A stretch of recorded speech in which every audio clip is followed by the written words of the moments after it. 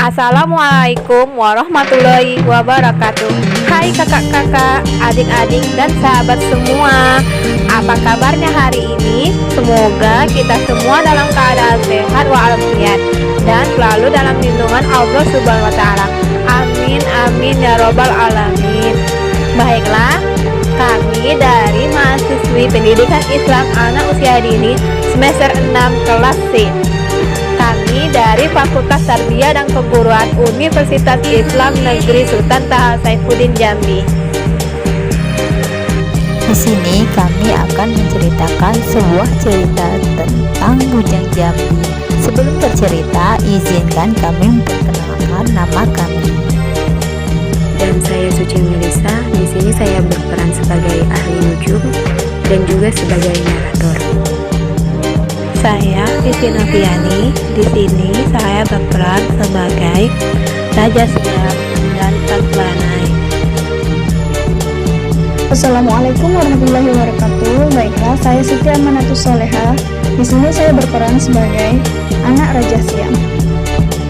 Saya Wiwi Wahyuni sebagai Bujang Jambi. Baiklah, itu tadi perkenalan dari kelompok kami. Selanjutnya, selamat mendengarkan ya adik-adik dan teman-teman semua cerita tentang Bujang Jambi. Tantulanai adalah seorang panglima perang dari negeri keliling India.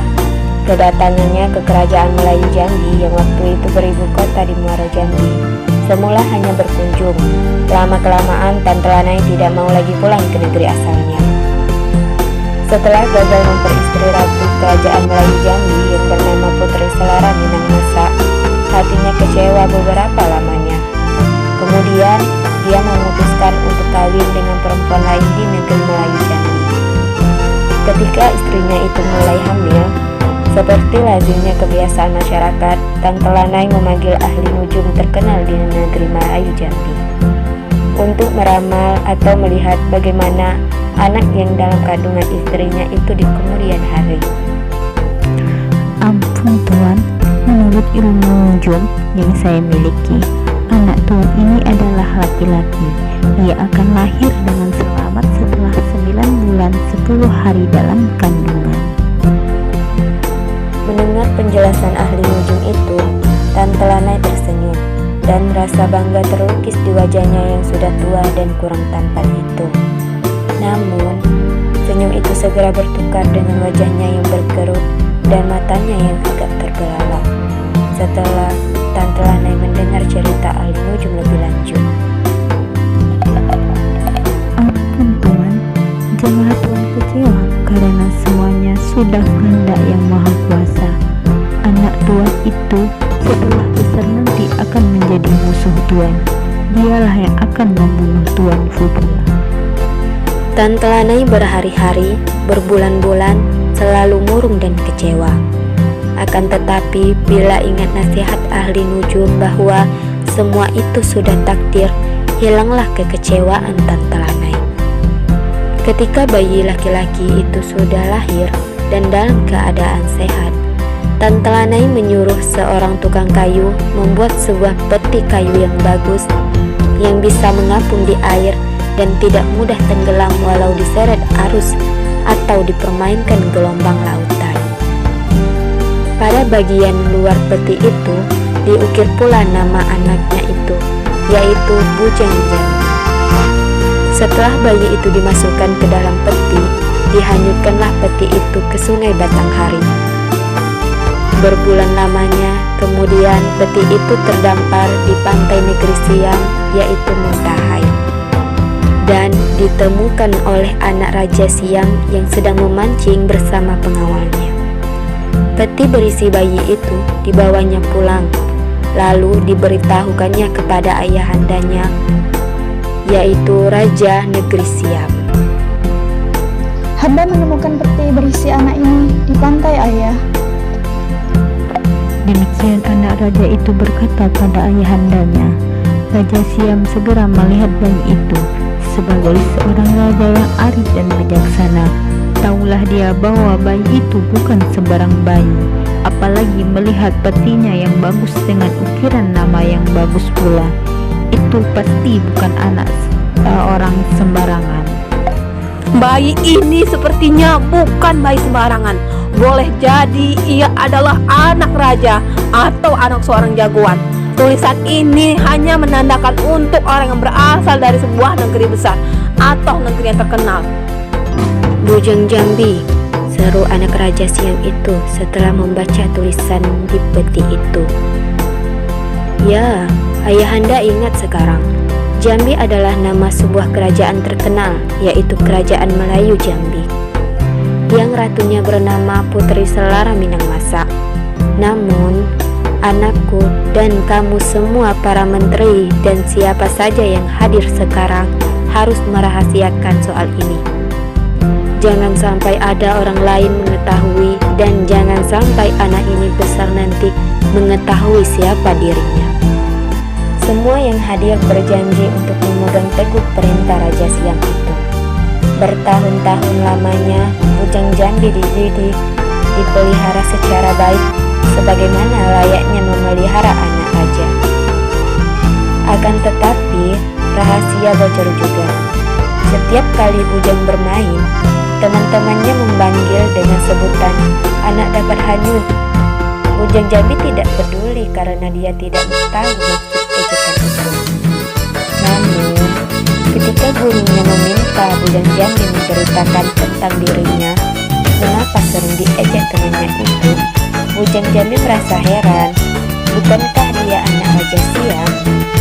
Secara diam-diam pula, Bujang Jambi ingin mengetahui siapa dirinya yang sebenarnya. Dengan tidak diduganya, pada suatu hari Bujang Jambi jalan-jalan di sekitar istana dan sampai ke gedung tempat penyimpanan benda-benda bekas yang tersusun rapi. Di situlah dia melihat sebuah peti yang bagus yang tampaknya sudah lama tersimpan di situ. Pada bagian luar peti itu ada tulisan nama dirinya sendiri, yaitu Bujang Jambi. Bujang Jambi mulai percaya bahwa dirinya bukanlah anak kandung Raja Siam. Bujang Jambi makin tekun menyelidiki tentang dirinya sendiri. Akhirnya, dia tahu juga bahwa ayahnya adalah Tantelanai. Sayang sekali, nama Tantelanai terkenal di negeri Siam sebagai seorang yang jahat dan kejam terhadap penduduk di sekitarnya. Bujang Jambi jadi malu mengetahui hal itu. Berhari-hari, bahkan berbulan-bulan, Bujang Jambi memikirkan apa yang harus dilakukannya. Sementara itu, umurnya juga bertambah dewasa dan ilmunya semakin tinggi. Bujang Jambi mendapat kebulatan hati bahwa dia harus memerangi ayah kandungnya. Dia memang telah dididik menjadi anak baik oleh Raja Siam. Dia tidak senang terhadap perbuatan sewenang-wenang Tantelanai, meskipun itu adalah ayah kandungnya sendiri. Bujang Jambi segera berangkat ke negeri Jambi, langsung menuju Muara Jambi. Tidak sulit mencari ayahnya karena Tantelanai adalah orang yang sangat terkenal. Kedatangan Bujang Jambi sangatlah mengejutkan Tantelanai. Dia ingat ucapan Ahli Nujum dulu ketika Bujang Jambi masih dalam kandungan. Wahai Bujang, mengapa kau kembali ke negeri ini? Tegur Tantelanai tanpa sopan, tanpa kasih sayang sebagaimana lazimnya seorang ayah pada anak kandungnya. Engkau sudah kubuang, Bujang. Itu berarti engkau bukan lagi anakku. Mendengar ucapan kasar Tantelanai itu, Bujang Jambi tetap tenang, namun dengan hati yang penuh benci dan permusuhan. Hamba datang ke negeri Melayu Jambi ini untuk melihat tanah kelahiran hamba. Hamba datang ingin melihat wajah ibu yang pernah mengandung hamba. Hamba juga ingin menyadarkan ayah hamba yang terkenal kejam terhadap masyarakat.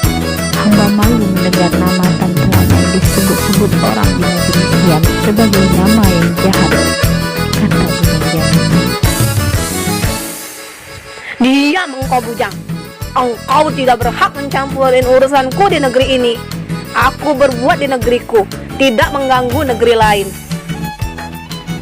Itu benar ayahanda, tetapi aku Bujang Jambi mempunyai hak mencampuri urusan pribadi ayahanda karena aku terlahir sebagai anak kandungmu.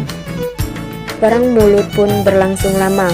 tidak seorang pun mengetahui, tidak juga ibu kandung Bujang Jambi. Akhirnya dua laki-laki itu pun berkelahi dengan seru. Keduanya berselisih dalam hal umur, tetapi berimbang dalam hal ilmu perang dan ilmu bela diri. Mereka saling membanting, hempas-menghempas, saling terjang dan saling pukul. Tanah tempat mereka berkelahi menjadi lekuk-lekuk. Itu petanda ilmu keduanya sama tinggi. Bukan sekadar ilmu lahir, tetapi ilmu batin mereka memang berimbang.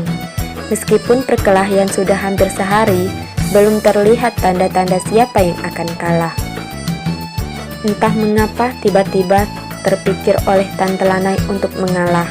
Mungkin dia ingat suratan takdir seperti kata ahli nujum dulu, bahwa anak itu yang akan membunuh dirinya.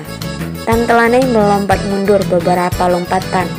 Sambil berdiri tegap, dia mengarahkan tapak tangan pada Bujang Jambi yang akan mengejarnya.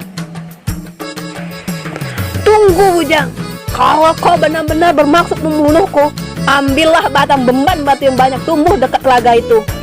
Pancunglah ujungnya dan tusukkan ke tubuhku. Hanya dengan itu kau dapat membunuhku. Memang telah dikatakan ahli nujum bahwa engkaulah yang akan membunuhku. Bujang Jambi menahan langkah, namun tetap waspada. Dia pun melompat dengan cepat ke tempat batang beban batu tumbuh dan diikutinya petunjuk Tante Lanai. Pada saat itu, Tante Lanai tetap menanti Bujang Jambi di daerah laga tadi. Begitu Bujang Jambi datang dengan menggenggam pucuk batang beban batu, dia segera menyerang Tante Lanai. Perkelahian terjadi lagi karena Tante Lanai yang bekas panglima perang tidak sudi mati tanpa berlaga atau bertempur.